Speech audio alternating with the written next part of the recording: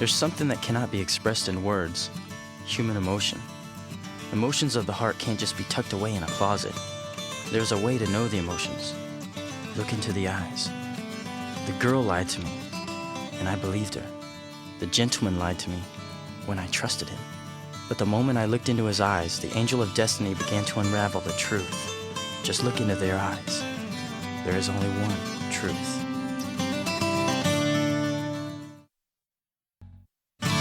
Those who make mistakes blame themselves and close their hearts. It's impossible to fix the mistake. Men can't return to the past. That's why they drink. Lushes, drunks, sliding alcohol down their throats to dilute the memories that can't be forgotten. Frank Marlin, the gunsmith, does nothing but drink, and he questions the glass after it's empty. Am I wrong?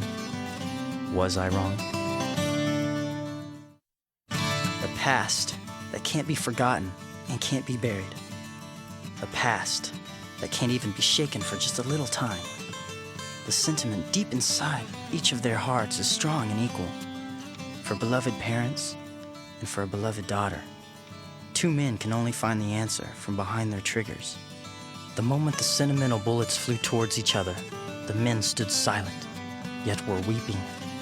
The past enslaves. Whenever something is gained, something is always lost. It's difficult to live after something like that. What is lost will never return. Important things, irreplaceable things, but what is needed to keep those things is in the firm will, packed into one bullet. Man knows. He knows that nothing will begin unless he speaks, and that nothing will change unless he moves. The longer one holds on to a memory, the longer one lives in the past. The deeper the memory they hold on to, the more beautiful the past will become. The beautiful memories will eventually turn into hate. Even if they look ahead, they lose the ability to walk. As long as the heavy chain called revenge continues to bind the heart, the tears of sadness will continue to flow. The tragedy, endlessly repeated in order to fulfill desires. The lust for conquest, making people bend to your will. A thrill intense enough to make you shudder. There's a man who is a slave to that ecstasy. The leader of the bad lads. A man who shines brilliant dynamite's neon. The sand steamer will shake the moment the huge dynamos on each of his shoulders start to spark. In the pitch black darkness, the gruesome party begins.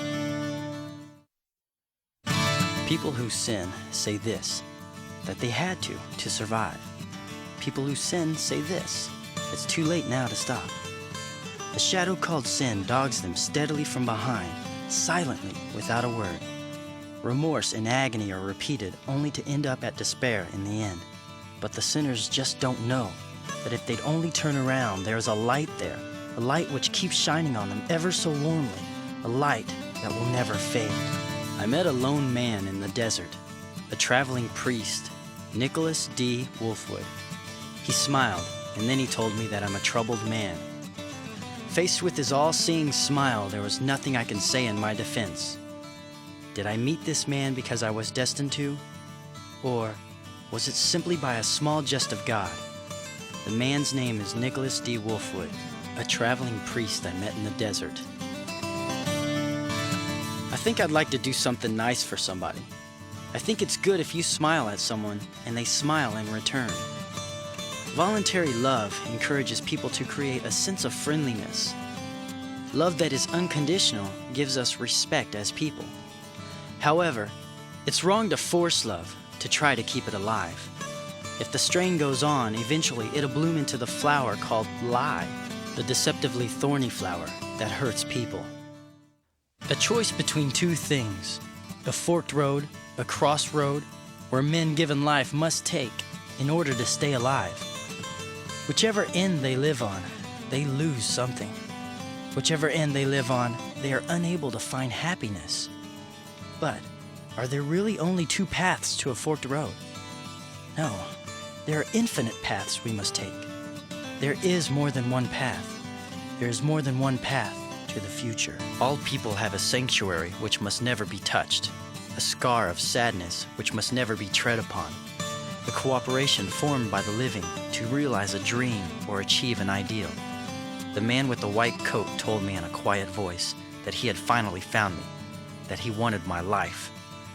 That man smiled a smile deeper than darkness, legato blue summers. A man fascinated by death only spoke quietly.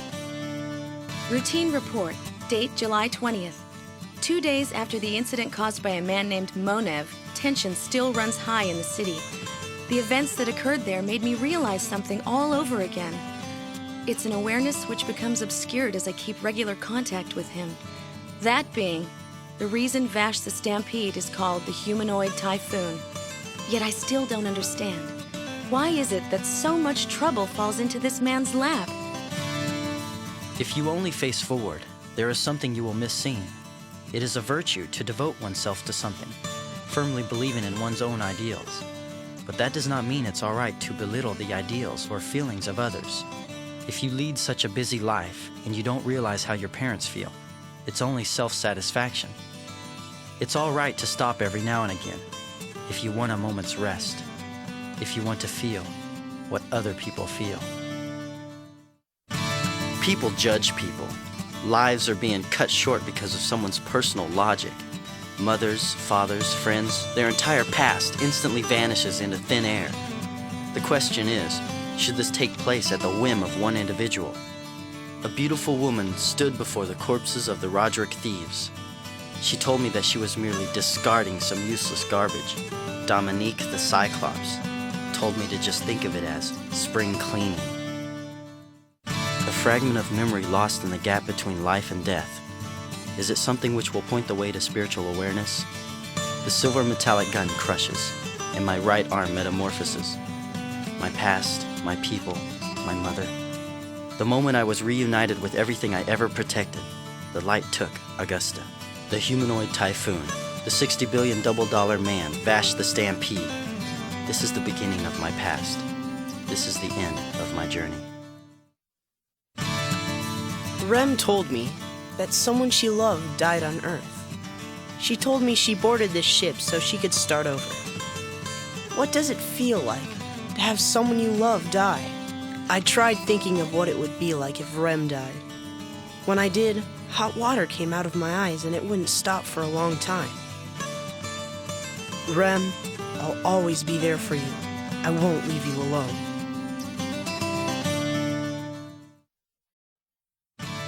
Let us regard the fifth moon, shining down upon us from the skies, stained red with blood. And let us remember his name, his legend. To do so, you only need to look up. Like it or not, his legend is chiseled into the fifth moon, a permanent etching from a terrible past. The legend of Vash the Stampede, chiseled forever. And then the time comes, you only need tell of the tracks, which lead to the future. Strong will can stir the heart, but a will too strong can cut off the heart's visibility. The sorrow of a man bereaved of his family turns into hate, which eventually metamorphoses into the intent to kill. The man's finger reaches for the trigger. Sins change people. Sin begets sin. But I still want to believe. I want to believe in the heart that feels the sin. In times of hardship, in times of sadness, there's a place the traveler can let his mind return to. Home. I still don't know what kind of a past the traveler abandoned when he left his home behind.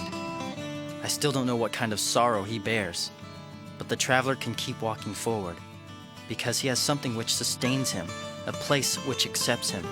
He can walk forward, step by careful step.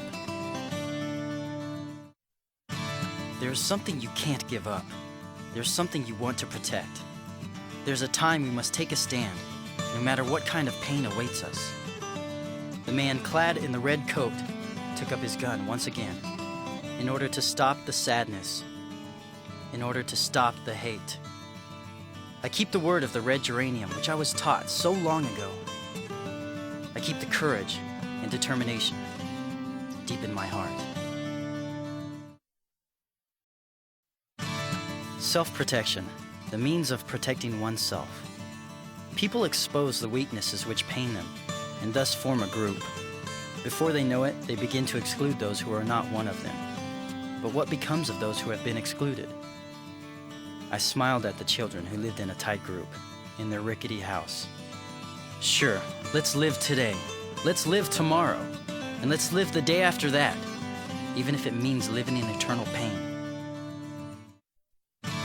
To realize a mistake, to not lie, to love one another, to not kill. Those are very simple things, but these times won't allow for them. There is no green on this planet, even though we want it, and want it so badly. A place where we can live peaceful days with no wars, nor stealing. A sacred place where people can live as people. Yes, there. That place is called. Repeated tragedies, repeated pain. The wishes of a man are so strong and yet so frail and weak. To live, to stay alive. Who would have known that survival was this hard, this painful? I must choose. I must make the choice. In the moment that intertwines life and death, can I choose to remain a human?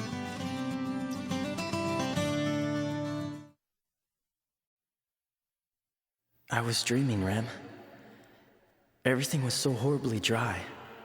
There on that planet. Even people's hearts. As I watched the people who lived there from far away, I kept wondering why they went on living. How they kept on living. Rem, listen to me, Rem. I did a bad thing. I did a bad thing. Tell me, what should I do? That day, that time, 130 years ago, we were born, weren't we? There was nothing but peaceful days, and Rem was always close behind us. But our disagreeing thoughts changed each of our ways of life, didn't they? I don't regret it. I will vow once again not to kill, not to betray, but to find happiness, to talk about my dreams, because the ticket to the future is always blank.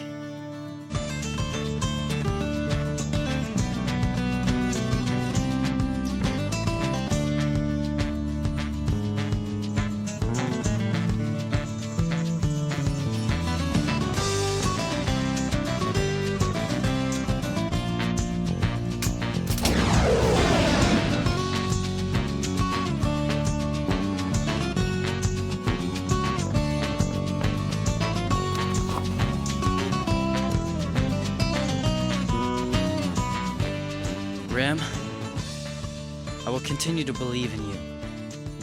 But from now on, I'll look to my own words for guidance.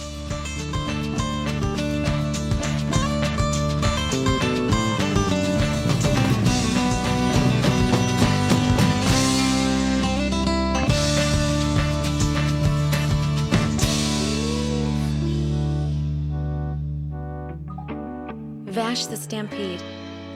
Every time I observe his actions, I can't help but sense something hidden deep within him. Something we can't begin to understand.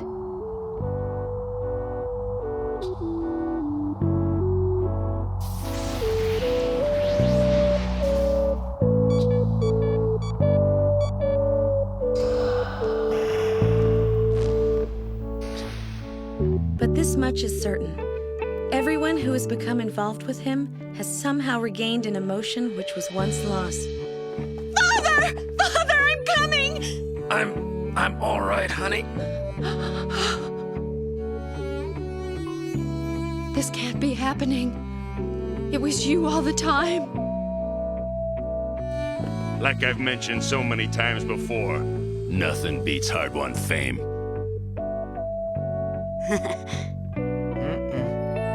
From this point on, we're gonna go on living without relying on anyone.